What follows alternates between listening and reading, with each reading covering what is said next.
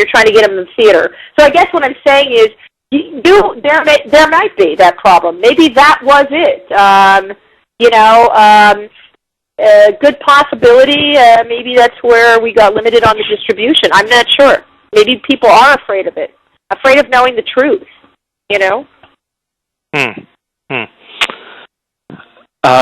One thing I think is neat about this movie is...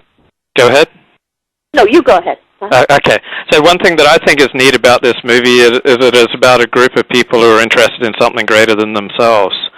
So much of modern art seems so flat because the people don't have anything greater than themselves to live for. You hit a that's a very, very good point, Luke, because when you see these characters, whatever their cause is in this, and there are many causes represented in this, and some do stem from a personal tragedy, let's say, with Martin Henderson's character because he lost his brother, and it propelled him into getting deeper into helping save the forest. Or Andre Benjamin, his character Django, he specifically was in tune with certain mammals and animals that were being destroyed, or Michelle Rodriguez as well. They had some personal stories, but at the end of the day, we even had a lawyer in there that was protesting, Jennifer Carpenter. I mean, at the end of the day, they did all have a purpose, and it was greater than themselves. Even the police officers that were out there, their hearts, whether they were right or whether they were instructed wrongly, okay, they still had a greater purpose of putting their lives on the line. Yeah. So they do. And the interesting thing is what you just said is what happens at the end of this movie when people stand up and cheer, or what happened when we were all of us were in Tribeca where we had an opening in New York, a rather large opening, a lot of press there a few weeks ago to kick off the sort of multi-platform tour of this movie. About 40 cities it's coming out, and we hope to expand if we can get people in. But it was interesting because it was the Society of New York. It was called the Cinema Society, and it was a who's who of New York, and it was like, oh, how are they going to react? But we all had a sort of after party, and people were buzzing when they got out of there, and I heard people, and I saw people texting other people saying, you must go see this. And what people came up to me and said as I was introduced as the producer, one of the producers of this movie, was that every one of these people, and it's a thread I've heard, is I want to do something good. This makes me want to do something. This makes me want to change either what I'm doing or help change the world to be a better place. How long that feeling lasts, I cannot tell you, but I do know that this evokes that. Even Harvey Weinstein, I remember, whom I don't know. I had the opportunity to meet him in Toronto after our screening, and he came up and we shook hands. He said, I just want you to know this is a very important film, and this is the kind of film that does make people want to do good as well. So it's a thread I hear, whether you're in Hollywood or you're a society person or whether you are a protester. We've had many protesters go to it. They love it. So the good news is, wherever you're from, we're getting a very positive, evoking a strong emotion to do something good, make a change, get involved. And that was the intent of this movie, besides making a great movie. Mm-hmm. It seems that many of the protesters have an almost religious fervor for their cause. They do. I mean, if you think about, in the movie, you see it several times, again, going back to one of the leads, Martin Henderson, he's on that 3 strikes you're out. And the other 2 strikes that he has is that they were, he's been basically he's been arrested before at these protests. And it's the 3rd strike, he was going to be put away. Put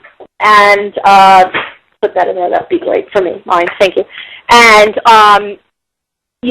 now something happens, so it's sort of, there's a feel-good at the end of that.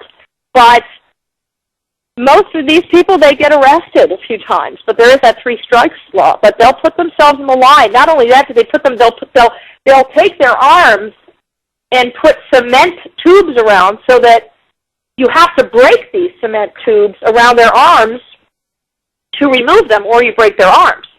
Or they lay down and they get tear gas, rubber bullets, I mean, you name it, pushed in them. So there is a very strong desire here, a very, very strong cause-driven desire here, whether it stems from personal experiences or this is, whatever has sparked inside of these people to go out and protest. And it's really extraordinary to watch. And the nice thing is that we had a lot of the protesters in our protest scenes that were in the riots in the battle in Seattle, in the World Trade Organization riots in 1999. And many of the protesters came to New York opening. Of course, many of them were in Seattle. And to hear them and that we got their blessing and that we tried to keep it real and tell the real story. I mean, Stewart took a lot of composites of people. He had the news anchor people. He had, all kinds. He had the mayor, it's based on the mayor, Ray Liotta. This is quite a feat, and he was able to accomplish it that way. But it does take an extraordinary backbone to do what they do and to risk themselves like that. And I don't know how many people in America are willing to do that, but we got to meet a lot of them during the filming and at the premieres that we had. So that was really exciting. Yeah. Yeah, I'm just thinking in regular life, it's people who have passion who are so much more interesting than people who don't have passion. Very much so. I mean, for me, what I do every day, I get up and I live my life on passion. However, it is not the same passion that these protesters have. And I can tell you that, interestingly enough, I'll just give you a short, interesting anecdote, that many of the stars that were in this movie went from driving big SUVs and Mercedes to Priuses. So I know it's changed everybody on this set.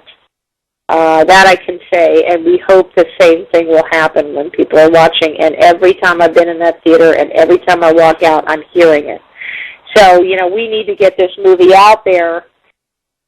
One way or the other, we need to get more people in. My thought is if we can't get more P&A, we're hoping that there will be a nomination, and through there we get a resurgence of interest of people in the seats. It is a movie that should be seen.